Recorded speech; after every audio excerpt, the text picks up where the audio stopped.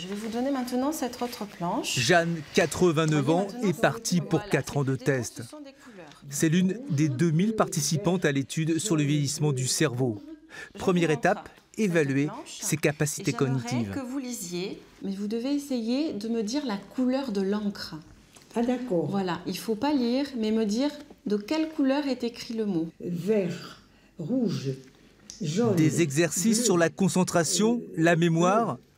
Les participants sélectionnés n'ont pas la maladie d'Alzheimer, mais juste quelques petits soucis. Tout ce que j'avais appris quand j'étais enfant, tout ça, je me souviens. Mais les choses du moment, je les oublie d'un instant à l'autre. Alors, c'est pas très grave, non? C'est ce qu'on retrouve effectivement assez souvent chez le sujet âgé. Ça serait grave, en fait, si vraiment elle avait des oublis très importants, comme oublier ses rendez-vous de façon régulière, ou bien laisser des produits périmés dans le frigo, avoir des troubles du langage aussi, chercher des mots qui gênent vraiment le discours.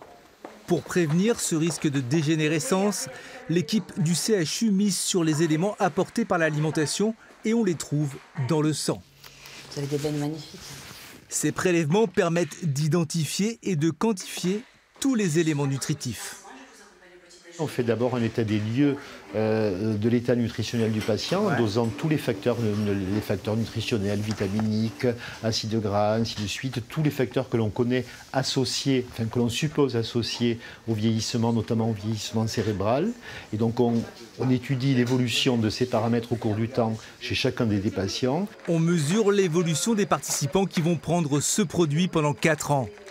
Ce n'est pas un médicament, mais un complément alimentaire. Le 1316 NRC a été élaboré avec les chercheurs du Gérontopole à base notamment de vitamines et d'oméga 3.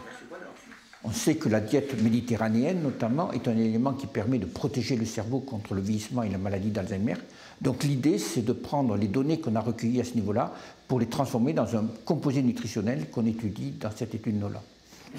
Donc il y a les petits sachets à diluer dans un grand verre d'eau. Avec ce programme basé sur les compléments alimentaires, le Gérontopole de Toulouse expérimente la plus grande étude de prévention européenne jamais faite sur les risques du vieillissement cérébral.